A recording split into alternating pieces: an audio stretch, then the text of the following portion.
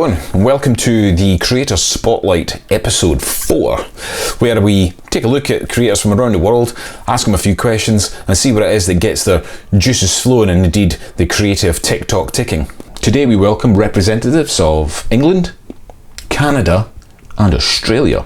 I've been very grateful of the participants who have all sent in their videos, furnishing me with the answers to questions that I've been asking them and allowing me to put this together, to put out on my channel and to share their thoughts and musings with the rest of the world. Hopefully it raises a little bit of light entertainment and allows other creators to share their work with other people who may have missed their channels or indeed their Instagram pages, so they can now follow and catch up with and maybe see how they do things a little bit differently wherever they're from. So I'm thankful for everybody that's already taken part, and I'm also looking forward to editing more in the future. Also, if you'd like to take part and you are a creator and you're watching this and you would like to submit a video, then get in touch. I would love to have you. I'd love to do more of these. Today's format is much the same as the rest. I'll ask a couple of questions, creators will answer them in the way that they only know best, and maybe we'll learn a few things in the process. I hope everybody's doing well during this lockdown. I know it's been long going now, we're on episode 4 now, and this has been a weekly show, so yeah, I hope everybody's staying safe and staying sane. So without further ado, I'd like to introduce you to my 3 creators who are going to be dazzling us with their wit and wisdom today. I'd like to introduce you to AJ, who's down in England. I'd also like to introduce you to Mark, who comes all the way from Canada, and our Aussie compatriot, Ashley. Thanks for being here, guys. Thanks for taking part. Awesome to have you here. Can't wait to get started. So let's delve right in. Why don't you all tell me and our viewers who you are, where you're from, and what type of creator that you are. Hi Mikey, thanks for including me in this weird little interview thing. I'm AJ, I'm one half of Ingaf. Ingaf, for those that don't know, are a video production company essentially, but we make videos on our strange little corner of the internet to help newer filmmakers. We cover filmmaking gear and equipment on our channel as well as tutorials, whilst not trying to take ourselves too seriously. Thanks, Mikey. Great to be here, mate. Awesome. Thanks for inviting us along to catch up with you and catch up with all the people out there. Yeah, something different. It's very cool. Cheers.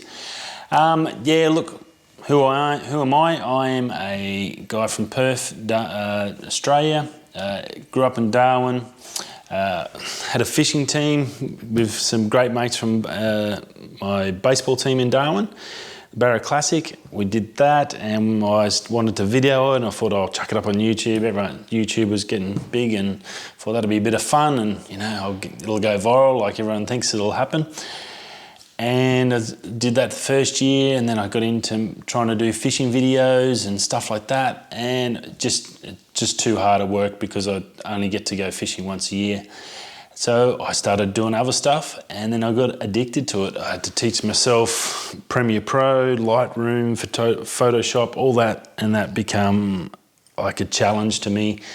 And then that led me back to my photography, which I used to do as a kid and loved it, and I thought was pretty darn good at it. And I think it's the only thing I ever got an A at in school. And yeah, here I am. So yeah, doing really, really well. I do a bit of outdoors. I do tech reviews. I do a Monday to Friday tech review news show daily. That's pretty cool. And then I just do videos on travel and photography and anything else I'm sort of thinking of. Yeah. Mikey, thank you so much for having me. It is really cool to be here with you and everybody else here today. So who am I? My name is Mark Holtz. I'm in Toronto, Ontario, Canada. And what type of creator am I?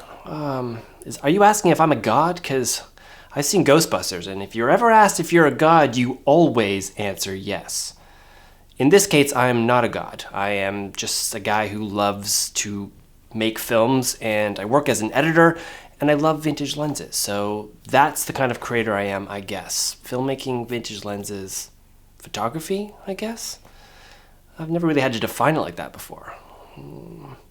I may need some time. I've had my time, that's what I am. That's how I'm going to define myself as a creator. Yeah, I hope you're okay with that.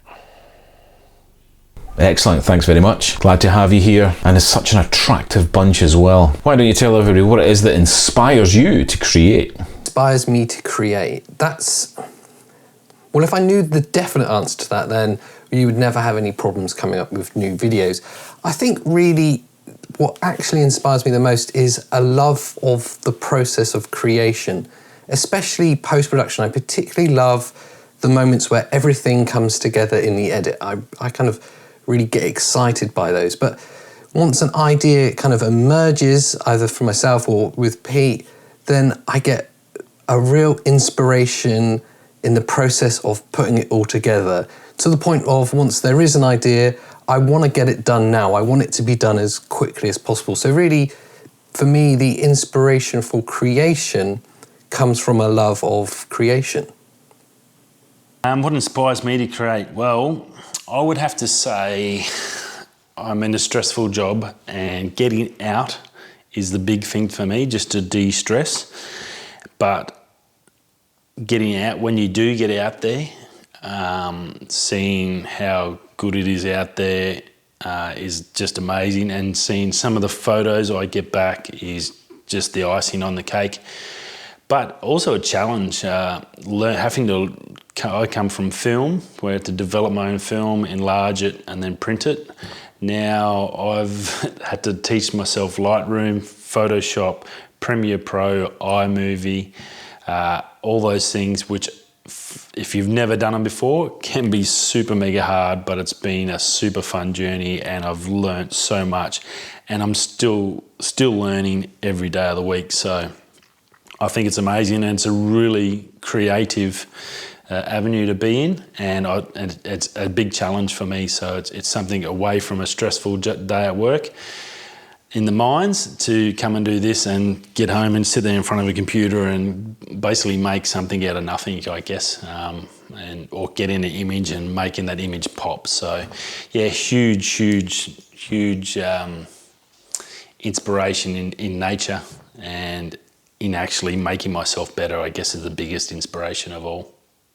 So what inspires me to create? That's a tough question, because I don't think I've ever really thought about it in great depth before. It's just always something that I've kind of been obsessed with. I've always wanted to make stuff. And I've been actually lucky enough to been able to have a career, a pretty good career in it. So I'm definitely lucky there, and I'm happy to be able to do it, but I can't really define exactly what it is that makes me want to do it. I just feel the need to do it. It's just something I love to do, and I think it's just kind of subconsciously firing off in my head, like ideas, follow through with that idea, and then to see that idea kind of come to fruition and be able to judge it. This is no good, this is good. I don't know. It's just been something I've always kind of been into as far back as I can remember. What mythical creature would improve the world if it existed in real life? Mythical creature that would improve the world? Well, right now, a mythical creature that would improve my world is someone to help me film. I don't know how you guys that film on your own do it, because it's a pain in the ass. Not just the technical side of it, setting up the camera, framing, make sure it's right and all the rest of it, but also just the inspirational part of it, of creation, like I just spoke about. I'm so used to having another person to bounce ideas off, to egg each other on, either through something that's funny or just through something that's actually technical, that it's so alien not having that. So right now, a mythical creature that would make the world better would be someone to film with me. That's a good one. I do love my fantasy realm and all that stuff, so mythical creatures, there's some good ones out there. Dragon's an easy choice, but I think I'm going to go with vampires. I'll go vampires because, and I've always dreamt of being able to live forever, and to be able to, and in that regards, not just the fact to live forever, but the fact that you wouldn't have to rush anything. You could sit here and read the manuals on everything you buy, and sit down and spend months at a time learning every single thing there is, because there's no time limit. There's no having to worry about going to work. You could just walk the planet. Obviously, there's the downside. Food is, you're going to have to suck on the neck of a human to get your blood. But yeah, I think that ability to be able to just see everything and go and see everything. And they say you'd run out of things to do. I don't think you could, because you'd run out of things to do on Earth in however many thousands or millions of years it takes you to do every single thing on Earth, but then it would evolve and change anyway, so you could go back and do it again. Like photography, you go to the same place 10 times and it's always different. Then you could, if you wanted to, you could build your own spaceship, because teach yourself all the maths and everything, and then just go and find another planet to start all over again. So yeah, that I'd have to go vampires, a mythical creature. I think that would be pretty amazing. And if everyone did have that time frame to live, imagine what everyone could achieve if there was just no rush. You could slowly go through things day by day and just not stress about having to rush to get stuff done before you cark it. So I think that'd be pretty cool. Okay, so what mythical creature could improve the world? This one I'm honestly struggling here, like Googling what mythical creatures are there to see if anything pops up. And I'm trying to be like unique here, but I'm having a hard time with it for some reason. But I guess just because I want to get on with this, unicorn probably. They're beautiful, horses are beautiful, and a unicorn is just an image of purity and innocence, and I think that is something that could improve the world. I don't know. I'm sure people have way better responses there. I'm sorry. I feel like that one kind of threw me for a loop there. I'm sorry. I have better answers, hopefully, with the other things, but I'm going to go with the unicorn. Or if dragons were nice, dragons. If they couldn't be used as destructive forces like in Game of Thrones series finale and all of Game of Thrones. Yeah, dragons maybe. Dragons and unicorns? Maybe wizards. Wizards and warlocks and witches. It might be kind of fun. I don't know. Is there a piece of work that you're particularly proud of? A piece of work I'm particularly proud of. Well, I'm not going to pick anything that's overly obvious, not something that's commercially successful or had a large view count on YouTube. For me, the thing I'm most proud of is a really selfish one. It's a short film that we made at the end of the last year called What is Grief? And it was a really personal journey for me, that video. It was a cathartic process in creating it, and it helped me explore some of the emotions I was going through. And beyond those selfish reasons for enjoying that, the reaction that video got was incredible. And it felt like the people that watched it and that shared it, that it might have genuinely helped them through their process, going through the same journey that I was. My proudest piece of work, it's probably one that's not far gone, is my video I did. I found in a canyon. I found a canyon in the desert, in the middle of the desert, a secret canyon. I was supposed to stay up and watch a meteor shower. Ended up being overcast and cloudy. I really hadn't planned it properly. So I got up in the morning. I'd slept. It was a shift change, so I got a good 10 hours sleep after editing all night. And I woke up and thought, no, I can't just sit in my room for another 8 hours and do nothing. So I decided to just get up and go for a walk out in the scrub at the back of work. And there was this fire range. I went up and checked out this, and I just got sucked in. The more I went up along this ridge, and that was amazing. And on the way back down from this big ridge, where I got some amazing shots, I found this canyon. I thought, I'll just go through and just have a look at it, and it was just awesome. And it's just changed my whole view of camp. It's given me somewhere where I know I can go, and depending if it's wet and there's water there, I can get some amazing shots with these little waterfalls and trickling, and the beautiful colours of the stone in the area. I loved it, and some of the photos I'd have to say were probably the best ever I've ever done, without a doubt. And they'll probably end up on my website once I can get that going, and then obviously the print as well down the track. So I'm super, super proud of that one. That's without a doubt my best photos and my best video, I think. And it was just all on the fly. I just said, no, let's stuff it, let's go. Just grabbed my stuff and just went for a walk, and yeah, it was beautiful. Is there a piece of work that I'm particularly proud of? These are hard questions, Mikey. Like, I'm having a hard time with these. Okay, so I would say that the project I'm most proud of was when I discovered these old 8mm film reels that my great-grandfather had shot back in the 60s. And he basically toured across Canada, and I found these reels in my parents' basement like after my grandmother passed away, and I just felt absolutely compelled to like share them. See what was on them first. I didn't know what was on them. So I screened them.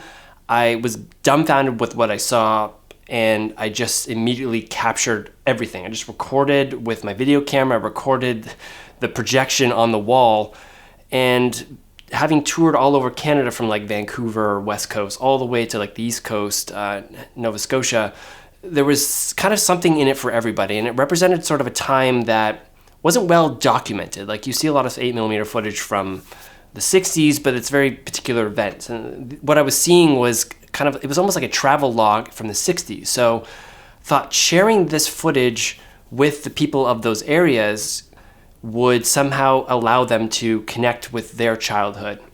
Just finding those old reels in my parents' basement that hadn't seen any light for probably 50 years. Like from a personal perspective, it was amazing because I got to meet my great-grandfather, got to see my grandpa when he was young, I got to see my dad and my uncles when they were kids. Like it's crazy. And then not to mention was able to somehow like share that stuff with everybody else who could connect with these images was the best, like absolutely hands down. But that was probably the one piece of work that had the biggest impact on me.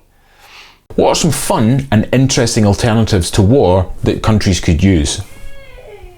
Interesting alternatives to war. Well, at the studio we settle a lot of debates with Nerf guns, so I could say that, but to be honest, none of those are particularly peaceful and often end in injury, so it's probably not any better than war. We also like to settle some debates with Mario Kart 64, which is a personal favourite of mine. I've not beat Pete yet, he is too good at it. I mean, a misspent youth there, clearly, but I'll get my way one day. I'm not a big fan of war and all the rubbish and all the crap that comes with it. I would go, as a kid, we used to play Risk. Me and a couple of good mates, the Feenies, that we used to sit there and play for hours, play Risk. It'd take hours upon hours, and then one country would end up ruling all, but it was harmless, no one got hurt, and it was a good mental game. Very chess sort of based, but had a little bit more fun because you had the world map and however many countries you could take over. So I'd either go put down that, they could play that, and whoever won got their way. If you had multiple countries with the same fight and none of them could agree, this would be a good way. Whoever wins, wins.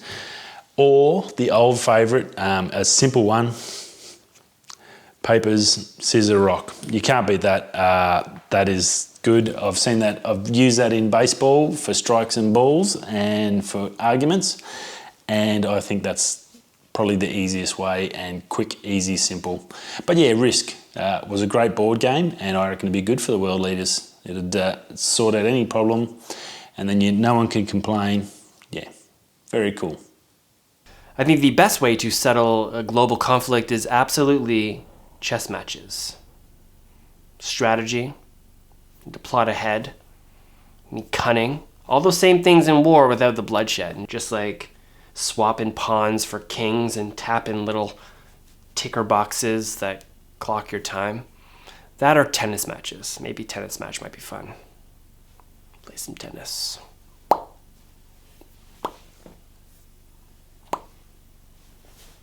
don't know. Is there a place that you've never visited that you would consider a bucket list location to go and film and photograph or do something creative in? Bucket list locations to shoot from. That's a cruel question right now, considering that I'm sat here pining out of the window. So thanks for that. I mean, we're not only blessed with having a pretty cool studio to work in most of the times, but we're also based in Cornwall, which is, for those that don't know, probably the most scenic location in Cornwall. There's more locations here to film than we could ever possibly get to throughout our whole career. So we're blessed with that. But I think beyond our doorstep and what we've been blessed with, I'd say New York is probably the location that I'd really love to film in for the obvious reasons, but there's just so much to see and do there and so many interesting angles to capture that I think you could spend weeks there and not capture enough footage. So I'll go with New York. I've never visited. Whew. I've been lucky in my life to travel a lot of places and do a lot that I've dreamt of doing. But I'd have to say Antarctica as my bucket list, just because it's, again, I love going. I've lived in a territory, so I've been to places where no one's been before, no human, or very little. Where I work in the Pilbara, again, some of the places I've walked and taken photos, probably there's only been a handful of people ever walked across that ground. And I think that would be pretty cool in Antarctica to do that. Plus, I've only ever seen snow once and I don't remember it. So Antarctica, A, for the snow and the cold, I think that'd be amazing. I love the cold. B, yeah, the challenge. It'd be an amazing place to go and take photos in. Unfortunately, the cost and the gear. And the gear is probably similar cost as what it costs. It costs 10 to 15 grand to get there to do a week. Then you need gear that can survive down there. So you probably need like a couple of 1DXs and all the good gear that's not going to freeze up and waterproof and dustproof and all that sort of stuff to handle it. So it's definitely a bucket list one because of the cost involved and the gear needed to do what I want to do. But I definitely want to do it before I cark it if I can. It's definitely in my to-do list. So yeah, one day, I guess. One day I'll win the lottery, I'll get down there. I'll be able to go and buy 4 R5s when they come out and all the other gear, and I'll be tickety-boo.